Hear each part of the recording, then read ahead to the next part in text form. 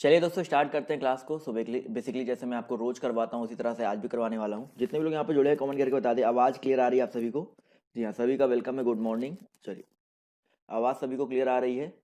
चलिए, good afternoon. Good afternoon हो गया अब तो। चलिए, यस सर।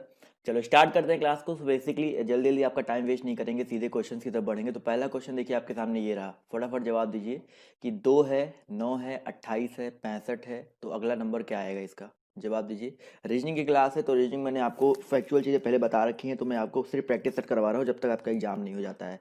जवाब देते हुए चलना आप सभी को। तो अगर हम इस 2 की बात करते हैं तो 2 कहाँ से आया है? ये 1 का क्यूब प्लस 1 करके आया है। और 9 की बात करते हैं तो ये 2 का क्यूब प्लस 1, 2 का क्यूब कितना होता है? 8, 8 1 9 हो गया। 28 की बात करते हैं तो ये 3 का क्यूब प्लस 1 हुआ है। इसी तरह आपका 65 देखो क्या है? 4 का क्यूब प्लस 1 हुआ है। भाई 4 चौका 16 चौका 64 1 65, यानी कि 1 का क्यूब, 2 का क्यूब, 3 का क्यूब, 4 क्यूब। अगला क्या हो जाएगा सर? 5 का क्यूब प्लस 1, यानी कि कितना आ जाएगा? 126। बिल्कुल सही बात है। अभी यहाँ पर जितने लोग बोल रहे हैं 126, वो लोग यहाँ पर करेक्ट हो जाएंगे। क्लियर है? चल चलिए इस क्वेश्चन का सभी लोग जवाब देते हुए चलेंगे। तो ये आपके सामने क्वेश्चन रहा, क्वेश्चन नंबर 60। अव्यवस्थित अक्षरों को उनके स्वाभाविक क्रम में पुनर्व्यवस्थित करना है और असंगत को चुनना है। बहुत ही आसान है, इस तरह क्वेश्चन मैं पहले भी आपको करवा चुका हूँ। सभी लोग जवाब देते हुए चलेंगे। CEKRIRTIC, देखें यहाँ पर एक हिंट देता हूँ, जैसे आपका ये शायद क्रिकेट बन रहा है, इसी तरह आपका ये कुछ बनेगा, ये कुछ बनेगा, ये कुछ बनेगा। सबको कुछ ना कुछ बना करके आपको असंगत का चयन करना है। सभी लोग जवाब देते हुए चलेंगे। यहाँ पर सिंपल सा फंडा लगाएंगे। यहाँ पर ये हमने बताया क्या बन रहा है? क्रिकेट बन रहा है। क्रिकेट बन रहा है ना? CRICKET, क्रिकेट बन गया। इसी तरह इसको देखो भाई, हॉकी जैसा कुछ लग रहा है ना? HOCKEY, हॉकी बन जाएगा आपका। हॉकी बन गया, चलो बहुत अच्छी बात है। इसी तरह इसको देखो, TOOLF, यानी कि फुटबॉल, देखिए बन जाएगा। एफ से फुटबॉल होता है ना, फुटबॉल बन जाएगा। FOOTBALL, क्लियर है? फुटबॉल बन गया। और इसकी बात करते हैं, देखो C है, H है, S है, यानी कि चेस बन जाएगा। तो अब तो आप लोग बता सकते हो ना कि इन सब में कौन सा अलग है? क्रिकेट, हॉकी, फुटबॉल, चेस में आराम से बता सकते हो। अब तो कोई डाउट भी नहीं है, चेस बिल्कुल सही बात है। क्योंकि भैया क्रिकेट, हॉकी, फुटबॉल ये सारे के सारे फील्ड में खेले जाते हैं, बल्कि चेस जो है फील्ड में नहीं खेला जाता है। समझ में आ गया ना? चलिए, आई होप सबको क्लियर होगा। आते हैं अगले क्वेश्चन पर। तो देखिए क्या कह रहा है कि भैया बुकर पुरस्कार जो है संबंधित है, सॉरी, इन चारों में आपको डिफरेंस बताना है, आपको अलग बताना है कौन सा है। बुकर, साहित्य में नोबल, मैग्सेसे और ज्ञानपीठ पुरस्कार। बहुत ही आसान सा क्वेश्चन है, सभी लोग जवाब देते हुए चलेंगे। देखो यहाँ पर अगर हम बात करते हैं भाई बुकर के बारे में, साहित्य में नोबल के बारे में, या मैग्सेसे के बारे में, ज्ञानपीठ के बारे में, तो ये जो आपके पहले, दूसरे और तीसरे, चौथे हैं, ये तीनों के तीनों जो हैं आपके साहित्य में दिए जाते हैं। साहित्य में जब आप कुछ अच्छा काम करते हैं तब ये पुरस्कार दिया जाता है। जबकि मैग्सेसे जो पुरस्कार है, रेमन मैग्सेसे इसको बोलते हैं, ये आपका समाज सेवा के क्षेत्र में दिया जाता है। किसके क्षेत्र में दोस्तों? समाज सेवा के क्षेत्र में दिया जाता है। तो आपका डिफरेंस कौन सा हो जाएगा? ऑप्शन नंबर इसका जो सी है वो यहाँ पर डिफरेंट हो जाएगा। क्लियर है? तो आपका सी क्यों कर अलग होगा, ये चीज़ समझ में आ गया ना सभी को? चलिए, समझ में आना चाहिए बस। अगला क्वेश्चन देखो क्या कह रहा है, ध्यान से देखिएगा। तो भैया 62 नंबर क्वेश्चन क्या कह रहा है कि 10, 60, 40, 240, 30, 90, 20, 120, तो यहाँ पर आपका अलग कौन सा है, यानी कि डिफरेंट कौन सा, आपको ये बताना है। समझिएगा, यहाँ पर 10 और 60 यानी कि गुणा 6 हुआ है। और यहाँ पर देखा जाए 40 गुणे 6 हुआ है। यहाँ पे भी देखा जाए 20 गुणे 6 हुआ है। सिंपल है, सब में गुना 6 गुणे 6 गुणे 6 हुआ है। जबकि इसमें बात करते तो सिर्फ गुना 3 हुआ है। क्लियर है सर? तो यहाँ पर ऑप्शन जो इसका बी है वो आपका क्या हो जाएगा? अलग हो जाएगा। कितना आसान सा क्वेश्चन था, समझ में आ गया? चलिए आते हैं अगले क्वेश्चन पर। तो देखिए क्या कह रहा है कि भैया 63 नंबर क्वेश्चन है। SZ है, PW है, BJ है, MT है, तो यहाँ पर आपको बताना है इन चारों में अलग क्या हो जाएगा। सिंपल सा देखिए, हमने बोला कोड लिख लो। कोड लिखने से मतलब नंबर लिख लो, अपने आप आ जाएगा। तो इसका मतलब होता है 19। इसका मतलब आपका क्या होता है? जेड का मतलब क्या होता है बताइए? जेड का मतलब होता है 26। यानी कितने का डिफरेंस है सर आपका? 7 का डिफरेंस है। पी और डब्ल्यू में देखो भाई, पी का मतलब 16, डब्ल्यू का मतलब 23। 16 और 7 23 होता है, 7 का डिफरेंस है। एम और टी में देखो, एम का मतलब 13, टी का मतलब 20, यानी कि +7 का डिफरेंस है। समझ में आ गया ना? इसी तरह बी जेड में देखो, इसका मतलब 2 होता है, इसका मतलब 10 होता है, यानी कि +8 का डिफरेंस है। कितने का भाई? +8 का डिफरेंस है। तो यहाँ पर कौन सा अलग हो जाएगा? ऑप्शन नंबर जो इसका बी है, बी जे, यहाँ पर क्या हो जाएगा? अलग हो जाएगा। क्लियर है? चलिए आते हैं अगले क्वेश्चन पर। तो देखिए क्या कह रहा है। नीचे शब्दों की 4 जोड़ियां दी गई है, जिनमें से 3 कुछ रूप से समान है और एक जोड़ी अलग है। कौन सी जोड़ी बाकी उससे अलग है? बेसिकली यहाँ पर कुछ आपके विज्ञान की शाखाएं दी गई हैं, उनसे संबंधित विज्ञान वो दिए गए हैं, तो आपको अलग करना है। थोड़ा सा इंग्लिश है बट आप लोग कोशिश करेंगे तो आपका आंसर जो है आ जाएगा। बहुत ही सिंपल सा है भाई, थोड़ा सा कोशिश करो भाई। ऑर्निथोलॉजी बर्ड से, चिड़ियों से संबंधित है। अगर आपने रोबोट 2.0 देखा होगा तो उसमें तो इसका यूज कई बार हुआ है। माइकोलॉजी फंगी, जो आपके फंगस होते हैं उनके लिए यूज होता है, बिल्कुल सही बात है।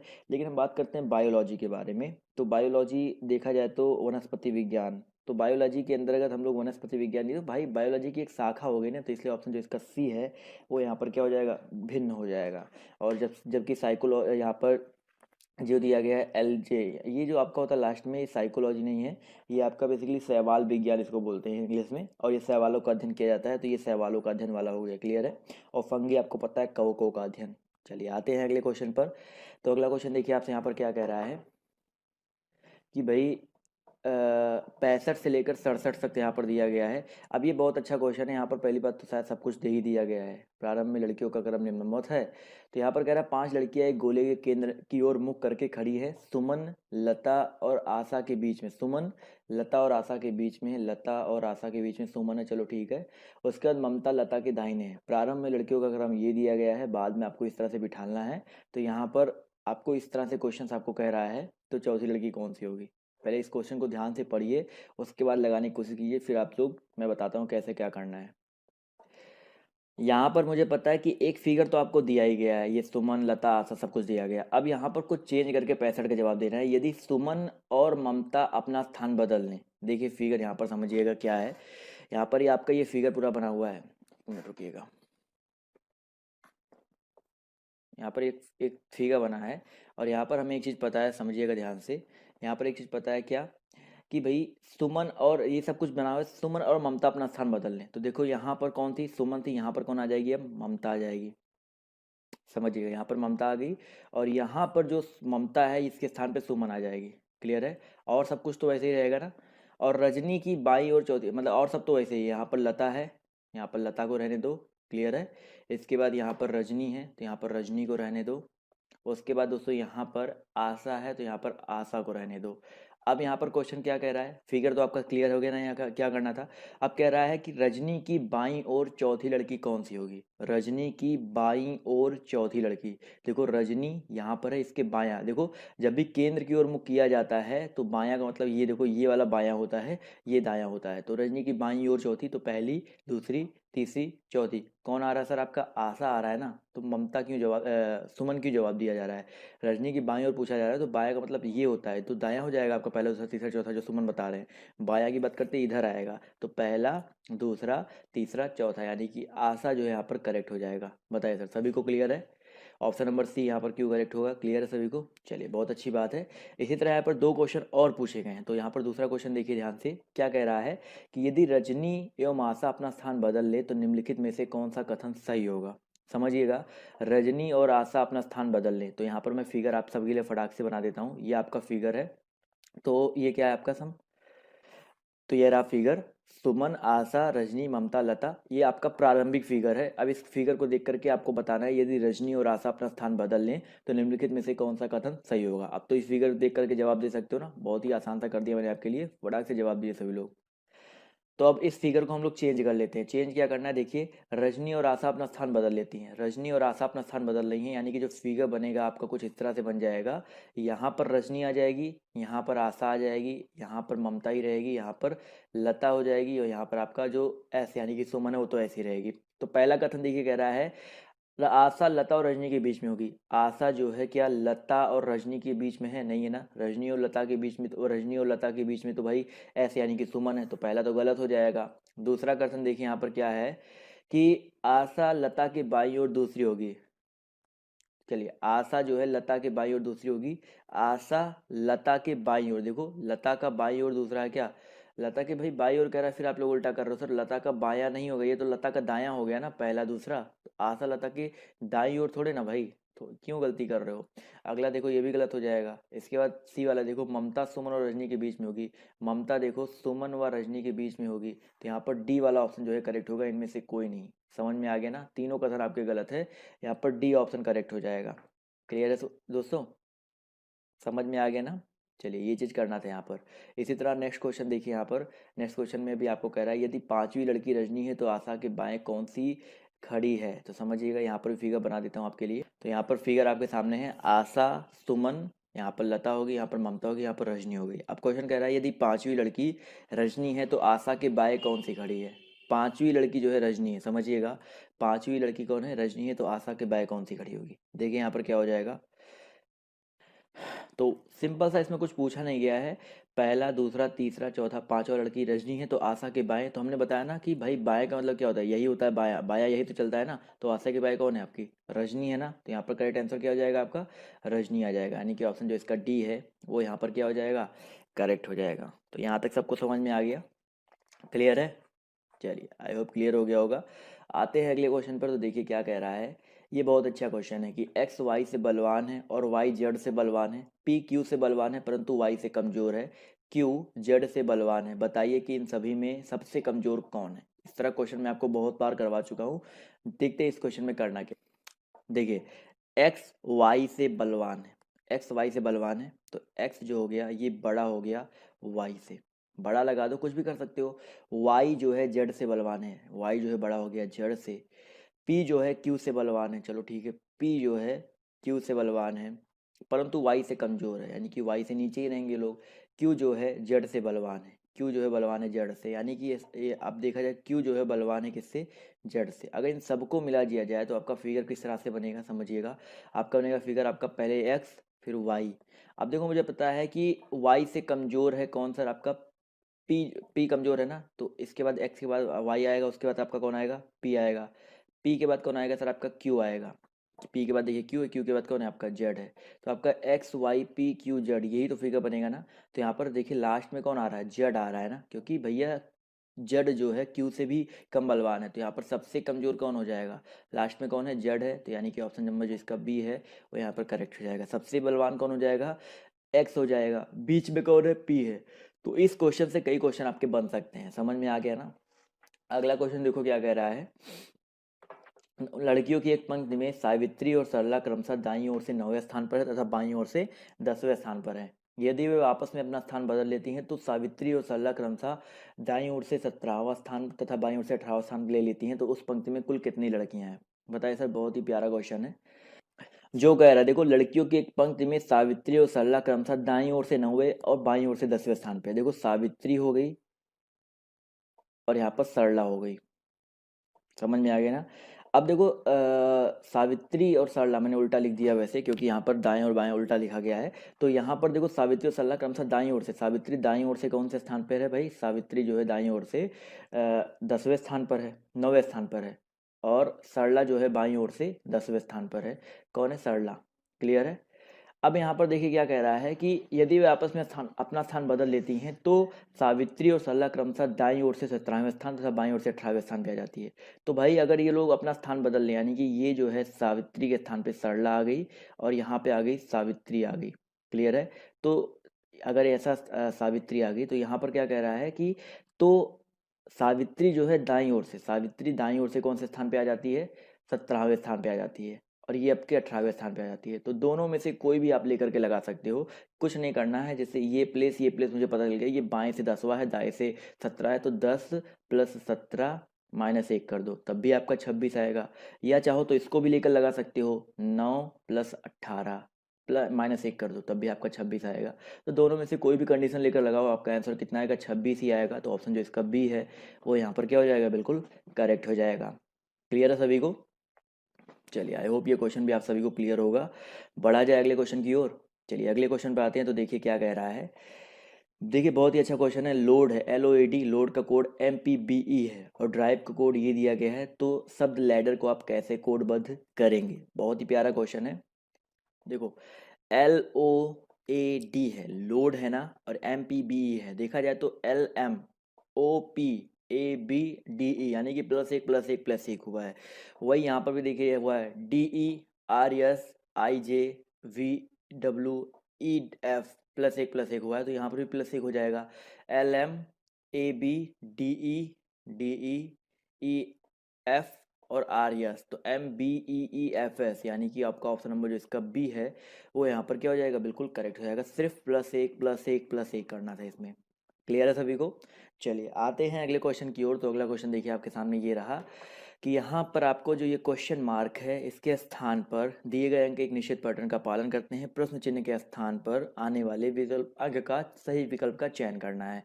थोड़ा सा कोशिश करेंगे, मैंने आपको बता रखा है इसमें कैसे क्या करना होता है। आपका जो जवाब है आपके सामने होगा। समझिएगा, एक हिंट, छोटा सा हिंट समझिएगा। 12, 18, 3 है ना, तो 12 और 3 को लो, 12/3 करो, कितना आएगा सर आपका? 4 आ जाएगा। 12/3 क्या, कितना आ गया? 4 आ गया। और जो ऊपर वाला नंबर 18 इसमें मल्टीप्लाई कर दो, कितना आ जाएगा आपका? 72 आ जाएगा। क्लियर है? इसी तरह इस वाले को देखो, 16 भागे कितना करना है? 4 करना है। कितना आ जाएगा? 4 चौका 16, और 4 गुणे 32 कर दो, तो कितना हो जाएगा सर? 32 चौका 4 दूनी 8, 4 तियाई 12, 128 आ जाएगा। क्लियर है? वही सेम चीज़ यहाँ भी करना है कि 14 भागे x करेंगे तो जो भी आएगा उसका मल्टीप्लाई कर देंगे किससे? 24 से। तो गुणे कितना कर देंगे? 24 कर देना है, तो बराबर कितना आ रहा है? 112 आ रहा है। क्लियर है? तो यहाँ से x की वैल्यू निकालनी है। तो देखिए कैसे कटेगा आपका। आपका देखा जाए तो यहाँ पर कटेगा, ये कट जाएगा आपका। 24 और 12 है, 24 या 3 चौका 12, 3 त्रिक का 9, 1 10, यानी कि 24 तो कटेगा नहीं। यहाँ पर अगर इसको काटेंगे तो ये आपका 14 है, तो यहाँ पर ये है। 7 से काट के देखिए, 7 दूनी 14, 7 एकदम 7, 7 छक्का 42, कट जाएगा ना आपका। 2 अठे 16 हो जाएगा, तो 2 अठे 16 हो गया। तो और 8 से कटेंगे तो 3 बार जाएगा, यानी कि आंसर कितना आ जाएगा सर आपका? 3 आएगा आंसर। 8 3 24, समझ में आ गया ना? तो x की वैल्यू कितनी आ गई? 3 आ गई। तो यहाँ पर ऑप्शन जो इसका बी है वो यहाँ पर क्या हो जाएगा? करेक्ट हो जाएगा। क्लियर है सभी को? आई होप ये क्वेश्चन आप सभी को क्लियर हो गया होगा। चलिए बढ़ते हैं दोस्तों अगले क्वेश्चन की ओर। तो अगला क्वेश्चन देखिए आपके सामने ये रहा। यहाँ पर लुप्त अंक आप सभी को ज्ञात करना है। इन चारों में आपको लुप्त अंक ज्ञात करना है, और इस तरह का शायद यही सेम क्वेश्चन मैं पहले भी करवा चुका हूँ, तो आप लोग यहाँ पर गलती तो नहीं करोगे। इसका जवाब फटाफट सभी लोग देते हुए चलेंगे। देखो इस क्वेश्चन में किया क्या गया है भाई। 915 है, और यहाँ पर देखा जाए तो कितना आपका 364 है। अगर इसको एक साथ ले लो, 915, और इसमें से घटा दो 364। कितना घटा दो? 364। कितना आ जाएगा सर? 5 में से 4 गया 1, और 11 में से 6 गया आपका, 5 में 4 गया 1, 11 में से 6 गया आपका 5 हो जाएगा। और यहाँ पर कितना है सर? 9 में से 3, सॉरी 8 में 3 गया, कितना हो जाएगा? 5 हो जाएगा। तो कितना आ गया सर? 551 आ गया। क्लियर है? वही सेम चीज़ यहाँ भी किया गया है। 543, इसमें से घटा दिया गया 789, मतलब जो बड़ा होता है उसमें से छोटे वाले घटाएंगे। तो 9 में से 3 गया 6, 8 में से 4 गया 4, और 7 में से 5 गया 2, तो 246 देखिए यहाँ पर आ रहा है ना, 246। वही सेम चीज़ हमको लास्ट वाले में करना है। तो भाई कितना है सर? 800, कितना हो जाएगा सर आपका? 863 हो जाएगा। इसमें से घटाएंगे कितने को? 241 को। 241 घटा दीजिए, कितना आ जाएगा? 3 में से 1 गया 2, 6 में से 4 गया, कितना हो जाएगा? 2, 8 में से 2 गया, कितना हो जाएगा? 6 हो जाएगा। तो 622 आ जाएगा। तो आपका ऑप्शन नंबर जो इसका बी है 622, वो यहाँ पर क्या हो जाएगा? बिल्कुल करेक्ट हो जाएगा। क्लियर है सभी को? यस और नो? कमेंट करके बता दीजिए यस। चलिए बढ़ते हैं अगले क्वेश्चन की ओर। तो अगला क्वेश्चन देखिए आपके सामने ये रहा। क्वेश्चन नंबर 73 देखिए आपके सामने। वह आरेख चुनना है जो नीचे दिए गए वर्गों के बीच का संबंध का सही निरूपण करता है। ईंट है, मकान है, पुल है। ईंट है, मकान है और पुल है। तो देखा जाए तो यहाँ पर क्या हो जाएगा सर? यहाँ पर अगर इसको ईंट मान ले, सी वाला ऑप्शन जो यहाँ पर करेक्ट हो जाएगा। इसको ईंट मान ले, तो ईंट से आपका मकान भी बनता है, ईंट से आपका पुल भी बनता है। तो यहाँ पर देखा जाए तो ऑप्शन जो इसका सी है वो यहाँ पर क्या हो जाएगा? बिल्कुल करेक्ट हो जाएगा। आते हैं दोस्तों अगले क्वेश्चन की ओर। तो अगला क्वेश्चन देखिए आपके सामने ये रहा। क्वेश्चन नंबर आपका यहाँ पर 74 है। भैया यदि हर एक का अर्थ लाल, लाल का अर्थ पीला, पीले का अर्थ नीला, नीले का अर्थ नारंगी और नारंगी का अर्थ हरा हो तो स्वच्छ आकाश का रंग कैसा होगा? मतलब ये क्वेश्चन आपको सिर्फ फ्री में दिया जाता है 1 नंबर देने के लिए, कि भैया 1 नंबर सब पा जाए, कोई भैया माइनस में ना जाए। समझ में आ रहा है ना? तो ये क्वेश्चन का जवाब दीजिए क्या हो जाएगा करेक्ट आंसर। सिंपल सा क्वेश्चन है भाई। तो भैया स्वच्छ आकाश का रंग क्या होता है? मुझे पता है स्वच्छ आकाश का रंग नीला होता है, और नीले का अर्थ देखिए यहाँ पर क्या है आपका? नारंगी है ना सर? तो करेक्ट आंसर क्या हो जाएगा सर? नारंगी हो जाएगा। तो यहाँ पर जो करेक्ट आंसर आपका ऑप्शन नंबर जो इसका सी है यहाँ पर आ जाएगा। समझ में आ गया ना? चलिए आते हैं अगले क्वेश्चन की ओर। तो अगला क्वेश्चन देखिए आपसे यहाँ पर क्या कह रहा है कि यदि सभी चूहे बिल्लियां हैं तो निम्नलिखित में से कौन सा सही है? बताइए सर। एक ही आपको फिगर बनाना है, उससे आपको जवाब देना है। बहुत ही आसान सा क्वेश्चन है। कह रहा है यदि सभी चूहे बिल्लियां हैं, सभी चूहे देखिए, सभी आपके चूहे हो गई, और ये आपके क्या हो गए, बिल्लियाँ हो गए, ये आपकी बिल्ली हो गए। समझ में आ गया ना। तो यहाँ पर मुझे आपको वही कॉन्सेप्ट आपको लगाना है जो मैंने आपको पहले बता रखा है, आउट से इन से आउट वाला। समझ में आ गया ना। तो सभी बिल्लियाँ चूहे हैं, तो भैया गलत है। बाहर से अंदर, माफ़ कीजिएगा भाई क्या हो रहा है, बाहर से अंदर जाएंगे तो भैया क्या हो जाएगा, आउट से इनमें सभी वाला नहीं होता है, करेक्ट। इसी तरह कुछ चूहे बिल्लियां नहीं है। देखो जब पॉजिटिव कथन है तो ये निगेटिव कथन आपका गलत हो जाएगा। तीसरा कह रहा है कि कुछ बिल्लियां चूहे हैं। अब देखो आउट से इन में आ रहे हैं, आउट से इन में तो कुछ बिल्लियां चूहे हो सकती हैं, तो ऑप्शन जो इसका सी है वो यहाँ पर क्या हो जाएगा, करेक्ट हो जाएगा। और डी की बात करते हैं तो कोई बिल्ली चूहा नहीं है, तो यहाँ पर भी आला कथन हो जाएगा आपका गलत। तो यहाँ पर देखा जाए तो ऑप्शन जो इसका सी है वो यहाँ पर क्या हो जाएगा, बिल्कुल करेक्ट हो जाएगा। क्लियर है सभी को। चलिए आई होप सबको क्लियर होगा।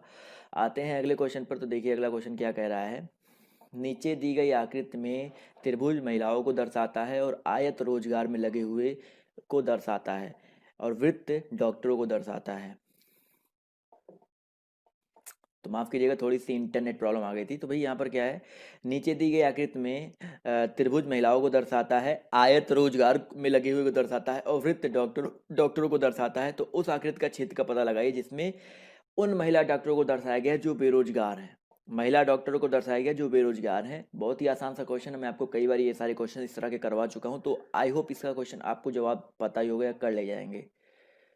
तो भैया क्या कह रहा है समझिएगा, कि उन महिला डॉक्टरों को दर्शाया जाए जो बेरोजगार हैं। अब देखो मुझे पता है त्रिभुज महिलाओं को दर्शा रहा है, आयत रोजगार को दर्शा रहा है और वृत्त डॉक्टरों को दर्शा रहा है, यानी कि हमको महिला भी चाहिए, त्रिभुज भी चाहिए और डॉक्टर भी चाहिए, लेकिन रोजगार नहीं चाहिए। तो रोजगार में आपका 6 है, 3 है, 4 है और आपका ये है, कट गया ना। एक देखा जाए तो ये भी बेरोजगार में रोजगार में आ जाएगा और 9 देखा जाए सिर्फ महिला में आएगा। और 7 की अगर हम बात करते हैं, देखो यहाँ पर देखा जाए 2 और 7 में 2 भी आपका खत्म हो जाएगा, 2 भी आपका खत्म हो जाएगा और यहाँ पर 8 भी आपका खत्म हो जाएगा। तो आंसर तो आपका 7 आना चाहिए ना। यहाँ पर कह रहा है महिला डॉक्टर जो बेरोजगार हैं, तो भाई महिला आपका त्रिभुज, डॉक्टर आपका वृत्त के अंदर में है, तो आपका 7 नंबर आएगा ना सर। तो ऑप्शन जो इसका सी है वो करेक्ट होना चाहिए ना। ये चीज़ समझिए, 8 तो जो है वो सिर्फ डॉक्टरों को ही दर्शाएगा, लेकिन 7 जो है महिला डॉक्टर को दर्शाएगा। तो क्लियर है, तो आपका ऑप्शन जो इसका सी है वो यहाँ पर करेक्ट होना चाहिए। समझ में आ गया दोस्तों। तो सी वाला ऑप्शन जो है यहाँ पर करेक्ट होगा। क्लियर है सभी को। चलो आई होप सबको क्लियर होगा। अगर कोई डाउट हो तो आप लोग रिपीट करके पूछ सकते हैं, देख सकते हैं। बढ़ते हैं दोस्तों अगले क्वेश्चन की ओर। तो अगला क्वेश्चन देखिए आपके सामने ये रहा, ध्यान से देखिएगा कि भाई 76 नंबर कहाँ गया, ये हो गया 77। कि चंदू एक व्यक्ति की ओर संकेत करते हुए कहता है कि वह मेरी पुत्री के भाई के दादा की इकलौती बहू के पिता हैं। तो वह व्यक्ति चंदू से किस प्रकार संबंधित है। यहाँ पर जो जो कह रहा है वैसे वैसे करते हुए चलना है। कुछ लोग बी बोल रहे हैं, कुछ लोग ये बोल रहे हैं। तो चंदू एक व्यक्ति की ओर संकेत करते हुए कहता है कि वह जो है मेरी पुत्री की, यानी कि चंदू की पुत्री। तो चंदू की पुत्री हो गई। क्लियर हो गया। चंदू की पुत्री के भाई, इसके भाई के दादा। अब इसके दादा का मतलब क्या हो गया भाई, इसके दादा की अगर हम बात करते हैं तो समझिएगा, अब पुत्री का भाई यानी कि ये भाई बहन हो गए। अब इसके भी पिता जो चंदू के पिता होंगे, ये इस भाई के क्या होंगे, आपके दादा होंगे। समझिएगा, मैं आपको इसे जनरेशन गैप दिखा रहा हूँ कि दादा की इकलौती बहू यानी कि भाई चंदू की पत्नी, इनकी इकलौती बहू हो जाएगी चंदू की पत्नी। भाई इनकी बहू यानी कि चंदू की पत्नी हो जाएगी। इकलौती बहू के पिता हैं भाई, इसके पिता यानी कि क्या हो जाएगा, चंदू से इसके पिता जो होंगे चंदू के ससुर से होंगे ना। तो वह व्यक्ति जो है चंदू से किस प्रकार संबंधित है, तो ससुरी तो कहलाएगा ना सर। समझिएगा। क्वेश्चन थोड़ा सा आपका मैंने ऐसे आपको मतलब क्या बोलते हैं, पंचमेल खिचड़ी जैसी बता दी है, बट आई होप आपको क्लियर हो गया होगा, समझ में आ गया हो करना क्या था। समझ में आ गया ना। तो आपका ससुर हो जाएगा। अगला क्वेश्चन देखो आपसे यहाँ पर क्या कह रहा है कि भाई ये भी आपका ब्लड रिलेशन का क्वेश्चन है। आर तथा डी भाई हैं, क्यू आर की बहन है, ए एफ का भाई है, एफ डी की पुत्री है, एम क्यू के पिता हैं। तो ए के चाचा कौन है, बताइए सर। क्या कह रहा है देखिए ध्यान से। आर तथा डी भाई हैं, आर और डी भाई हो गए। भाई है यानी कि दोनों प्लस हो जाएगा, कोई भाई बहन की बात नहीं है। क्यू आर की बहन है, क्यू जो है आर की बहन है, यानी कि डी की बहन होगी, तो क्यू आर की बहन हो गई। चलो ठीक है। ए जो है एफ का भाई है, एफ डी की पुत्री है, डी की पुत्री कौन है, एफ है। चलिए ठीक है, माइनस लगा दिया। और ए इसका भाई है, यानी कि ए इसका भाई हो गया। उसके बाद एफ डी की पुत्री है, एफ जो है यहाँ पर क्लियर हो गया, तो एफ डी की पुत्री है, एफ का भाई है। एम जो है क्यू के पिता है, एम जो है देखो क्यू के पिता है। क्यू के पिता कौन हो गए भाई आपके, एम हो गए, यानी कि प्लस लग गया। क्लियर है। तो भैया ए के चाचा कौन है, तो भाई ए के चाचा की बात करते हैं तो ए के चाचा कौन हो जाएंगे, आर हो जाएंगे ना, क्योंकि भैया ए के पिता कौन है, डी है, डी के भाई आर है, तो ए के चाचा कौन हो जाएंगे, आर हो जाएंगे ना। तो यहाँ पर बी ऑप्शन जो है करेक्ट होगा। क्या होगा सर आपका, बी ऑप्शन करेक्ट होगा, क्योंकि एम तो दादा की श्रेणी में आ गए ना सर, तो यहाँ पर बी ऑप्शन जो है आपका करेक्ट हो जाएगा। समझ में आ गया ना सर, ए के चाचा कौन हो जाएंगे, आर हो जाएंगे। क्लियर है सभी को। चलिए आते हैं अगले क्वेश्चन की ओर, अगर आपको क्लियर है तो लाइक कर दीजिएगा। अगला क्वेश्चन देखिए क्या कह रहा है, डायरेक्शन का क्वेश्चन है शायद, कि भैया बी से दक्षिण पश्चिम 5 किलोमीटर पर ए है तथा सी से दक्षिण पूर्व 5 किलोमीटर पर बी है, यदि सी से उत्तर 3 किलोमीटर पर डी है तो तब डी है। जवाब देते हुए कोशिश करते हुए चलेंगे, कॉपी पेन साथ में रखेंगे जिससे आपका जो आंसर है फटाफट आता रहे। पहले तो भैया इसमें फिगर बना लेंगे, आपका फिगर से बहुत आसान हो जाएगा। देखो फिगर बना लेते हैं। आपको पता है ये आपका क्या है, पूरब है, ये आपका पश्चिम है, ये आपका उत्तर है, और ये आपका दक्षिण है। समझिएगा, बी से दक्षिण पश्चिम 5 किलोमीटर पर ए है। अब मान लेते हैं बी को बेस बनाया ना, तो यहाँ पर बी को रख देते हैं। बी से दक्षिण पश्चिम, दक्षिण पश्चिम का मतलब क्या होता है, ये यहाँ पर कौन है सर, ए है 5 किलोमीटर पर। क्लियर है। फिर कह रहा है कि सी से दक्षिण पूर्व 5 किलोमीटर पर कौन है सर आपका, दक्षिण पूर्व, यानी कि इसकी बात हो रहा है, दक्षिण पूर्व की बात कर रहा है ना। सी से दक्षिण पूर्व 5 किलोमीटर पर बी। अब सी देखो कहाँ पर है, अब समझिएगा, सी यहाँ पर अगर हम लोग रखेंगे तो सभी सी से दक्षिण पूर्व यही तो आएगा ना। अब ऐसे बना दोगे तो उल्टा हो जाता ना, तो यहाँ पर ये जो फिगर आपका ऐसे बनेगा, यहाँ पर क्या हो जाएगा, 5 किलोमीटर ये हो जाएगा। क्लियर है। उसके बाद क्या कह रहा है कि सी से उत्तर में 3 किलोमीटर ऊपर आपका कौन है, डी है। उत्तर मतलब ये ऊपर होता है, सी से उत्तर कौन है आपका, डी है। क्लियर हो गया। तो भैया ए से डी के बारे में पूछ रहा है, तो यहाँ पर सॉरी, ए से उत्तर पूर्व में कौन है, तो डी का किधर है, तो ए से किधर है, देखिए ये ऊपर की ओर यानी कि उत्तर की ओर है ना, तो भैया यहाँ पर क्या हो जाएगा, ए से उत्तर में आपका डी हो जाएगा। तो समझ में आ गया यहाँ पर जो सी आंसर है कैसे करेक्ट होगा। क्लियर है, समझ में आ गया ना क्या करना है। चलिए बहुत अच्छी बात है, अगर आपको क्लियर हो गया है तो बढ़ते हैं अगले क्वेश्चन की ओर। तो अगला क्वेश्चन देखिए आपसे यहाँ पर क्या कह रहा है, ध्यान से देखिएगा। कौन सी उत्तर आकृति प्रश्न आकृति के प्रतिरूप को पूरा करेगी, बताइए कौन सी उत्तर आकृति प्रश्न आकृति के प्रतिरूप को पूरा करेगी। बहुत ही आसान सा क्वेश्चन होता है, मैंने बोला ना कुछ क्वेश्चन आपके फ्री में आते हैं आपको नंबर देने के लिए। यहाँ पर क्या करना है भाई, देखा जाए तो यहाँ पर ये कंप्लीट है, यहाँ पर ये अधूरा है, तो यहाँ पर देखा जाए तो हमें ऊपर वाइज नहीं देखना, नीचे वाइज देखना। अगर ये आपका इस तरह से है तो अगला देखिए आपका इस तरह से हो जाएगा। क्लियर है। और इस तरह से होने का मतलब क्या है, आपका ऑप्शन नंबर जो इसका बी है वो यहाँ पर क्या हो जाएगा, क्लियर हो जाएगा। समझ में आ गया ना। अगला क्वेश्चन देखो क्या कह रहा है, देखिए ध्यान से, बहुत ही अच्छा क्वेश्चन है। 4 रास्ते हैं, आप दक्षिण की ओर से आए हैं, मंदिर जाना चाहते हैं। दाहिनी ओर का मार्ग आपको कॉफी हाउस से दूर ले जाता है, सीधा सामने जाने वाला मार्ग केवल कॉलेज की ओर जाता है, तो ज्ञात करें मंदिर किस दिशा में। बहुत ही आसान है, शायद ये क्वेश्चन मैं आपको पहले भी करवा चुका हूँ, तो आप इसका जवाब दे सकते हैं। देखिए भाई 4 रास्ते हैं, 4 रास्ते पहले बना लो जिससे आपका क्वेश्चन आपका और आसान हो जाए। अब देखो दिशा ही है, बट 4 रास्तों की दिशा में हमने बना दिया है। तो मुझे पता है ये क्या होता है, पूरब, ये होता है पश्चिम। पूरब भैया आपका ये है, पश्चिम आपका ये है। अभी आपका देखो क्वेश्चन कितना आसान हो जाएगा, ये आपका उत्तर है और ये आपका दक्षिण है। क्लियर है, इतना क्लियर हो गया ना। अब देखो क्या कह रहा है कि आप दक्षिण की ओर से आए हैं, मतलब मैं इधर से आया हूँ, तो ये रास्ता भैया हो गया ब्लॉक, इधर रास्ते से हमको कोई मतलब नहीं है, तो दक्षिण आंसर तो हो ही नहीं सकता है। समझ में आया ना।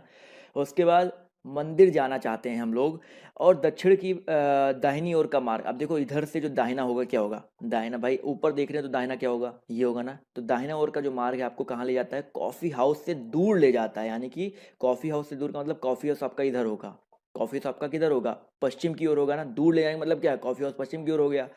और यहाँ पर एक चीज़ क्लियर हो गया कि भैया सीधा सामने जाने वाला मार्ग केवल कॉलेज की। ये देखो भैया कहाँ जाता है, ये भैया आपका कॉफ़ी हाउस, ये आपका कॉलेज। तो ये जो बचा हुआ मार्ग पूरब वाला है ये किधर जाएगा, कहाँ जाएगा सर, मंदिर की ओर जाएगा ना। तो यहाँ पर जो करेक्ट आंसर आपका क्या हो जाएगा, पूरब हो जाएगा। क्लियर है। तो पूर्व यहाँ पर जितने भी लोग जवाब दे रहे थे वो लोग यहाँ पर बिल्कुल करेक्ट हो जाएंगे। समझ में आ गया ना क्वेश्चन क्या कहना चाहता था। चलिए आई होप सबको समझ में आ गया होगा। आते हैं अगले क्वेश्चन की ओर। तो क्या कह रहा है कि भैया निम्न उक्ति के अक्षरों को प्रयुक्त करके कौन सा शब्द नहीं बनाया जा सकता। एक वर्ड को कितनी बार भी प्रयोग किया जा सकता है, यानी कि यहाँ पर आपका ये दिया गया है, आपको बताना है कौन सा शब्द आपका नहीं बना सकता है। Accommodation is perish. तो देखिए कि यहाँ पर बहुत ही आसान सा क्वेश्चन है, एक वर्ड का प्रयोग आप कितनी बार भी कर सकते हो, इसका भी छूट दिया गया, यानी कि आपको ऐसे वर्ड चुनने हैं जिसमें आपका कुछ वो सेम चीज हो ही ना। देखिए उक्त अक्षरों को प्रयोग करके कौन सा शब्द नहीं बनाया जा सकता है। देखिए पहला है MANDATE। तो भाई M है, ए है, एन है, डी है, ए है, टी है, ई है, MANDATE तो है भाई आपका, ए तो बनाया जा सकता है। अगला देखो ध्यान से, एस है, एस यहाँ पर है, ई भी है, एम भी है, ए भी है, एन भी है, टी भी है, आई भी है, सी भी है, सब कुछ है। क्रिएशन में भी देखा जाए तो CRET सब कुछ है। लेकिन अगर हम डी की बात करते हैं, देखिए डी वाला देखो, डी में आपका यहाँ पर एक दिया गया एच, एच दिया गया है ना, एच क्या यहाँ पर कहीं भी है, नहीं है ना, तो यहाँ पर ऑप्शन जो इसका डी है वो यहाँ पर क्लियर हो जाएगा। समझ में आ गया ना। डबल पी से नहीं मतलब है सर, आपको यहाँ पर लिखा गया है कि एक वर्ड कितनी बार भी प्रयोग कर सकते हो, तो डबल पी से नहीं मतलब, आप पी का यूज कर सकते हो, लेकिन यहाँ पर एच जो है वो आपका नहीं है। क्लियर है, तो ये चीज़ ध्यान रखिएगा। कुछ लोग डबल पी सोच रहे होंगे, बट यहाँ पर एच की वजह से इसको टिक किया गया है। आते हैं अगले क्वेश्चन पर। तो अगला क्वेश्चन देखिए आपसे यहाँ पर क्या कह रहा है, यदि एक्ने ACNE को ये कोड दिया जाता है तो बॉयल को क्या कोड दिया जाएगा। ये तो बहुत ही सिंपल सा क्वेश्चन है, मैं आपको पहले भी बता चुका हूँ। एक्ने का कोड ये दिया गया है, तो बताइए बॉयल का कोड क्या हो जाएगा। फटाफट सभी लोग जवाब दीजिए। बहुत ही आसान क्वेश्चन, मैं आपको अगर ट्रिक बता दूंगा तो आपको समझ में आ जाएगा। एक्ने है, ए का मतलब 3 लिखा है, सी का मतलब 7 लिखा है, और एन का मतलब आपका 29 लिखा हुआ है, और ई का मतलब लिखा गया आपका 11। समझ में आइएगा। अब ए का मतलब क्या होता है समझिए, ए का कोड कितना होता है 1, सी का कोड कितना होता है 3, एन का कोड कितना होता है 14, और ई का कोड कितना होता है 5 होता है, माफ कीजिएगा। तो 1 गुणे 2 करके +1 कर दो, यानी कि जो अंक है उसका दुगना करके 1 कर दो, कितना, 1 2 के 2 1 3 आ जाएगा। क्लियर है, 3 दूनी 6 7 आ गया, 14 दूनी 28 1 29 आ गया, 5 दूनी 10 1 11 आ गया।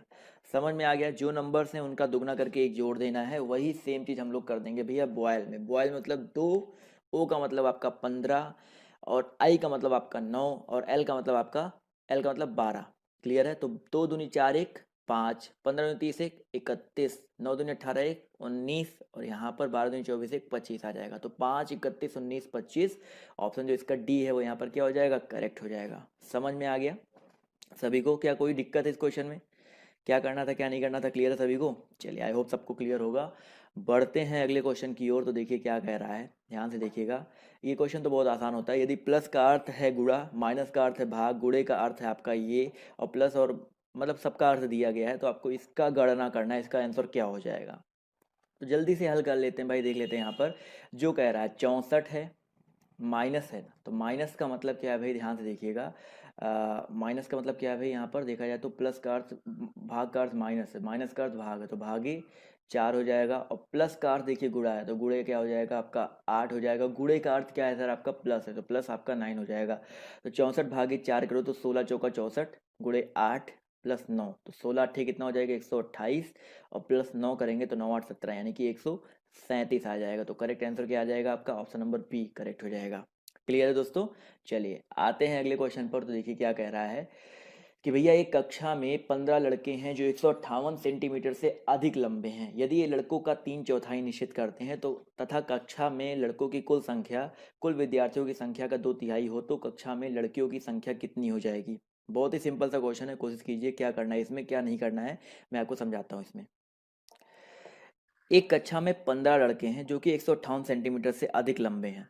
यदि ये लड़कों का 3/4 निश्चित करते हैं, यानी कि एक चीज समझ में आ गया कि लड़कों का 3/4 किसके बराबर है, 15 के, यानी कि लड़कों की संख्या यक्स मान लें, तो यक्स का 3/4 किसके बराबर है, 15 के बराबर है। तो अगर यहाँ से एक्स की वैल्यू निकालेंगे तो भैया 3 × 5 = 15 और 5 × 4 = 20, यानी कि लड़कों की संख्या कितनी आ गई आपको, 20 आ गई। कि भैया बॉयज़ का जो नंबर आ गया कितना आ गया, 20 आ गया। ये चीज़ क्लियर है सभी को। एक एक पॉइंट करते हुए चलेंगे यहाँ पर।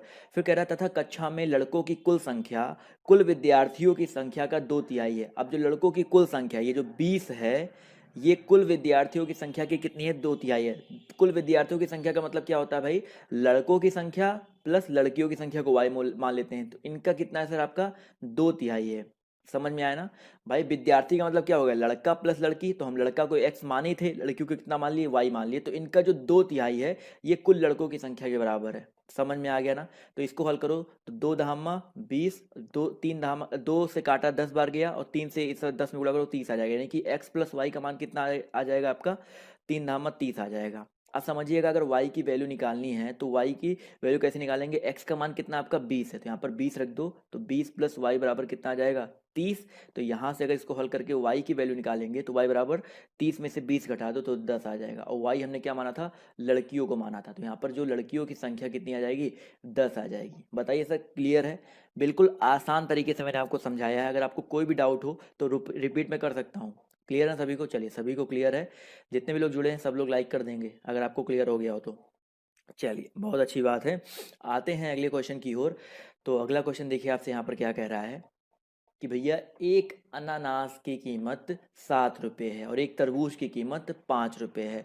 मोहन इन फलों पर 38 रुपये खर्च करता है, तो मोहन द्वारा खरीदे गए अनानासों की संख्या क्या होगी? अब देखो इस क्वेश्चन को आप लोग ऑप्शन मेथड से लगाएंगे तो बहुत आसानी से लग जाएगा, अगर आप वैसे लगाएंगे तो थोड़ा लेंदी हो जाएगा, बट ऑप्शन मेथड से आप यूज कीजिए। कैसे आएगा, क्या करना है मैं आपको समझाता हूँ, ऑप्शन मेथड कैसे लगेगा, बहुत ही आसान है ये। देखिए भाई, अनानास की कीमत कितनी है, 7 रुपये है। तरबूज की कीमत कितनी है, 5 रुपये है। मोहन कुल मिलाकर के 38 रुपये खर्च करता है, तो खरीदे गए अनानासों की संख्या कितनी है? समझिएगा, खरीदे गए अनानासों की संख्या कितनी हो जाएगी, अब समझिएगा यहाँ पर अनानास की कीमत कितनी है, 7 रुपये है, और तरबूज की कीमत कितनी है, 5 रुपये है। तो अब समझिएगा अनानास हम मान लेते हैं कितनी खरीदा उसने, 2 खरीदा, पहला ऑप्शन उठाओ 2 खरीदा। तो यहाँ पर जब भी ना दिया गया हो, यहाँ पर अगर जब भी ना दिया गया हो कि कुल कितने अनानास खरीदे या कुल कितने क्या खरीदे, तरबूज खरीदे, तो समझिएगा यहाँ पर एक चीज़ तो क्लियर नहीं किया है यहाँ पर इस क्वेश्चन में। इस क्वेश्चन में अगर देखा जाए ना तो अनानास की कीमत चलो ठीक है, तरबूज की कीमत दी गई है, यहाँ पर कुल फलों की जो संख्या है वो मिसिंग है। अगर कुल फलों की संख्या हमको क्लियर होता कि भाई कुल फल कितने हैं, तो आप यहाँ से आसानी से इस क्वेश्चन को लगा सकते थे, बट यहाँ पर देखा जाए तो कुल फलों की संख्या तो मिसिंग हो गई है, 4 और 2। अगर हमें पता होता कुल फल कितने हैं तो हम लोग ऑप्शन से लगा सकते थे। माफ़ कीजिएगा मैंने इस क्वेश्चन को पूरा नहीं पढ़ा, तो इस क्वेश्चन को स्किप कर दीजिए। यहाँ पर जो है कुल फलों की संख्या अगर दी गई होती तो आराम से आंसर जो है आ जाता। क्लियर है? तो इस क्वेश्चन को स्किप कर दीजिए। बढ़ते हैं अगले क्वेश्चन पर, तो देखिए क्या कह रहा है। ये क्वेश्चन आपका कैलेंडर का है। देखिए 3 दिसंबर 2010 को अगर रविवार था तो 3 जनवरी 2011 को कौन सा वार होगा? सिंपल सा क्वेश्चन है भाई, एक लाइन में या एक सेकंड में इसका आंसर आ सकता है। 3 दिसंबर 2010 को क्या था आपका, रविवार था, तो 3 जनवरी 2011 को कौन सा वार था? बताइए सर।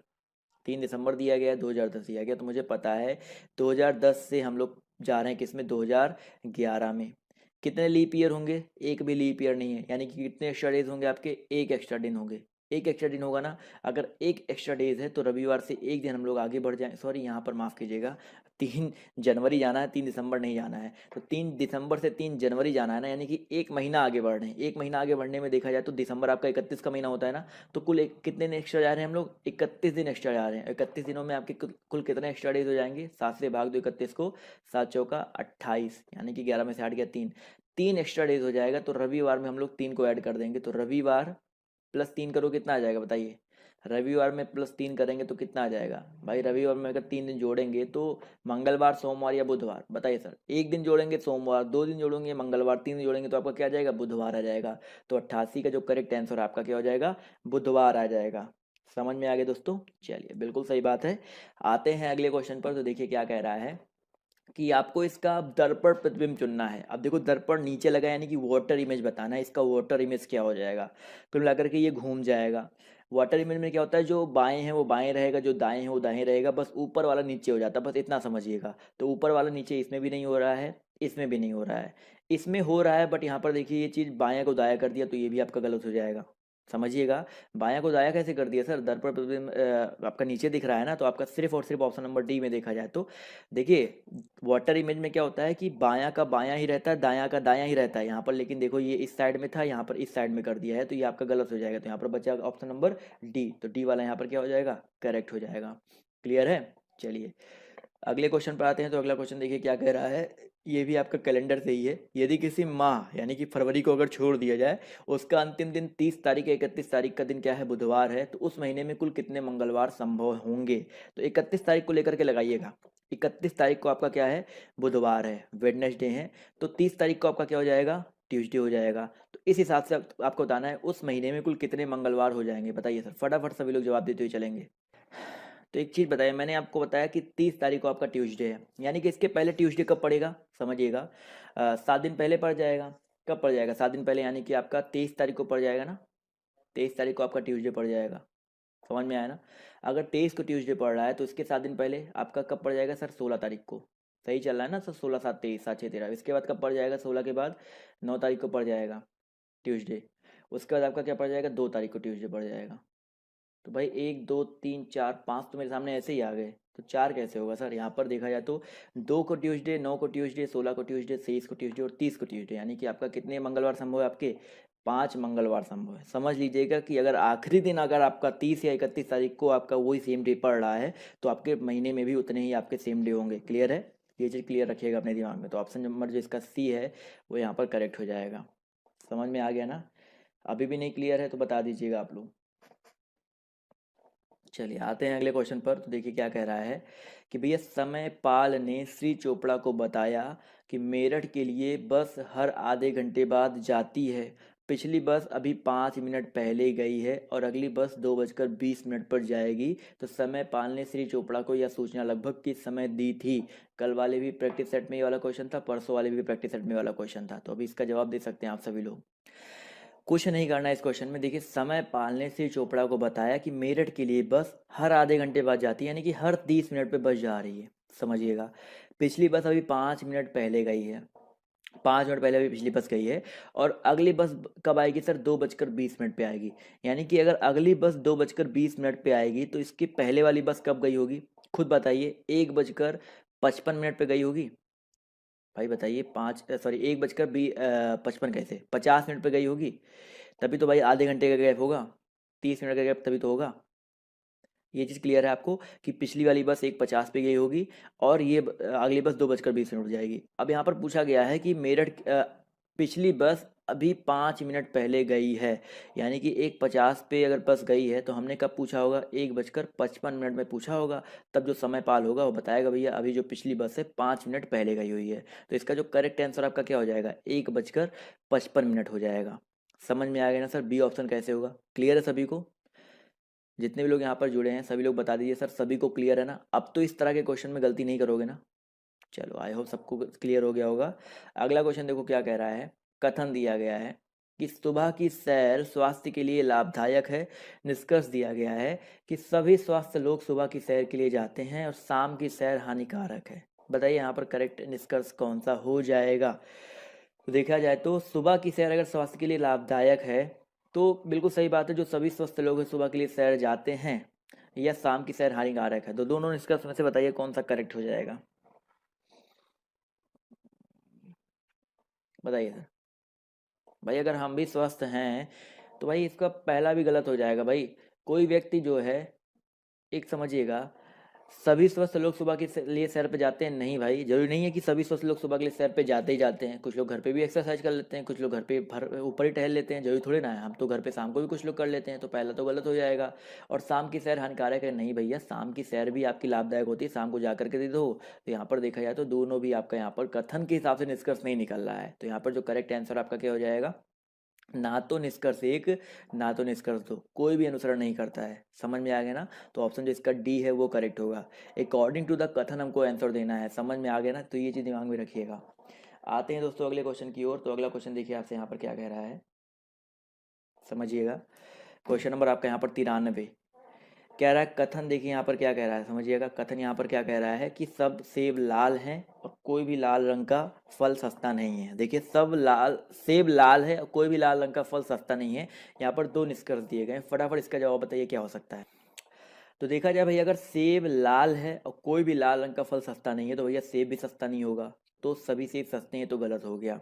और लाल सेब सस्ते नहीं है, दूसरे वाले की बात करते हैं। तो भैया अगर सेब लाल है और कोई भी लाल रंग का फल सस्ता नहीं है तो दूसरा निष्कर्ष तो हम लोग निकाल सकते हैं ना कि लाल सेब जो है आपका सस्ता नहीं है, क्योंकि लाल रंग का फल सस्ता नहीं है तो लाल सेब भी सस्ता नहीं होगा। तो यहाँ पर देखा जाए तो केवल निष्कर्ष दो तर्क संगत है। तो यहाँ पर जो ऑप्शन बी है वो यहाँ पर क्या हो जाएगा? बिल्कुल करेक्ट हो जाएगा। क्लियर है सभी को? तो ये कथन और निष्कर्ष में थोड़ा सा आपको लॉजिक यूज करना पड़ता है, अकॉर्डिंग टू द कथन और अकॉर्डिंग टू द निष्कर्ष। क्लियर है? चलिए आते हैं अगले क्वेश्चन पर। तो देखिए यहाँ पर क्या कह रहा है कि भैया नीमो की आयु जो है 23 वर्ष 1 महीना है और श्याम की आयु 18 वर्ष 7 महीने है। बानो श्याम से उतनी ही बड़ी है जितनी नीमो से छोटी है, तो बताइए बानो की आयु कितनी हो जाएगी। बहुत ही अच्छा क्वेश्चन है, देखते हैं कितने लोग जवाब देते हैं। देखिए यहाँ पर नीमो की आयु कितनी है, 23 वर्ष 1 महीना है और श्याम की आयु कितनी है, 18 वर्ष 7 महीने है। 23 वर्ष, 23 वर्ष समझिएगा, 23 वर्ष 1 महीना है, समझिएगा। और इसकी एज कितनी है, 18 वर्ष 7 महीने दिया गया है। क्लियर है। यहाँ पर ये दोनों चीज़ क्लियर हो गया कि भैया नीमो की आयु और श्याम की, ये नीमो की आयु है, ये श्याम की आयु है, ये चीज़ क्लियर कर लिया ना। अब क्या कह रहा है कि बानो श्याम से उतनी ही बड़ी है जितना नीमो से छोटी, यानी कि इनके बीच में कहीं ये लोग एडजस्ट कर रहे हैं ना। यानी कि जितना इनका, पहले निकालो इनके बीच में डिफरेंस कितना आएगा, तो 18 में से 3 से हटाएगा, 4 वर्ष, 4 वर्ष 6 महीना आ गया। क्लियर है। इतने का तो डिफरेंस है इन दोनों में। अब इनके बीच में कहीं आ रहा है, तो इनका बीच मतलब क्या हो जाएगा भाई, या तो देखो श्याम से इसका जस्ट आधा करो, कितना आ जाएगा, 2 वर्ष। अब देखो सबसे आसान तरीका बता रहा हूँ, 2 वर्ष 3 महीना आ गया। तो ये क्वेश्चन आपका क्या हो जाएगा, या तो भैया श्याम से 2 वर्ष 3 महीने बड़ी होगी, या तो नीमो से 2 वर्ष 3 महीने छोटी होगी। तो कोई भी घटा दो, तो भाई 2 वर्ष 18 वर्ष 7 महीने में अगर 2 वर्ष 3 महीने जोड़ देंगे तो 18 तो कितना हो जाएगा, 20 वर्ष। और भाई अगर 7 और 3 जोड़ो तो कितना आ जाएगा, 10 महीना। तो 20 वर्ष 10 महीना इसका जो करेक्ट आंसर आपका हो जाएगा, ऑप्शन नंबर जो इसका डी है। क्लियर है। तो आपका जो डी है वो करेक्ट हो जाएगा। अब वही 23 में से अगर आप 2 घटाते तो भी, 23 वर्ष 1 महीने में से अगर आप घटाते तो भी आपका डी आंसर आता। तो बताइए सर डी वाला ऑप्शन जो है क्यों करेक्ट होगा। क्लियर हो गया सभी को। चलिए चलिए, तो आज के रहे ये आपके कुछ इंपॉर्टेंट क्वेश्चंस। आपको कैसा लगा कमेंट करके जरूर बताइएगा। और अभी के लिए बस इतना ही। बाय, टेक केयर, जय हिंद जय भारत। और मिलते हैं यहाँ सबसे नेक्स्ट वीडियो।